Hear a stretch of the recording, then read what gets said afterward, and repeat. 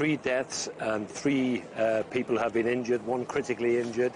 A number of the streets here in the city centre in Nottingham have been closed, and we are told by the police that they're likely to remain closed for a while. So this police investigation and the fact that they've taken this 31-year-old man into custody on suspicion of murder after the 3 bodies were found in Nottingham, I think shows how far and how fast the police investigation has gone so far. They're also trying to find if anybody else is involved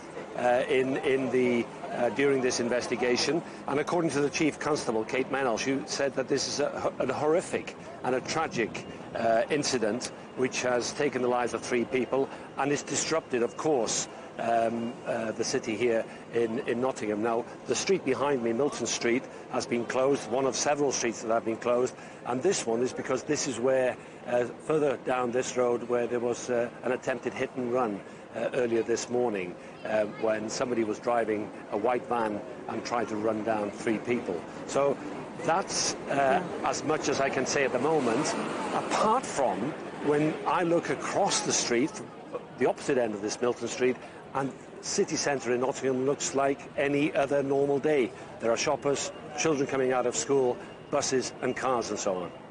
Iolo, you mentioned that the police say they think that these attacks are linked. Is there any indication of a motive? Are we hearing any more? I think it's early, and obviously the police themselves are trying to find out what possibly could have been a motive. There's a team of forensics officers now on one of the roads which have been closed, Ilkeston Road, where 2 of the bodies were found. There are 2 bags there with clothes and other materials, so they're gathering evidence. So that has been taking place this afternoon. There are still officers outside the property of where the suspect was arrested earlier this morning. And of course there are police cordons across many of these streets as there are teams of detectives trying to gather evidence and try and also talk to eyewitnesses, anybody who would have any kind of information.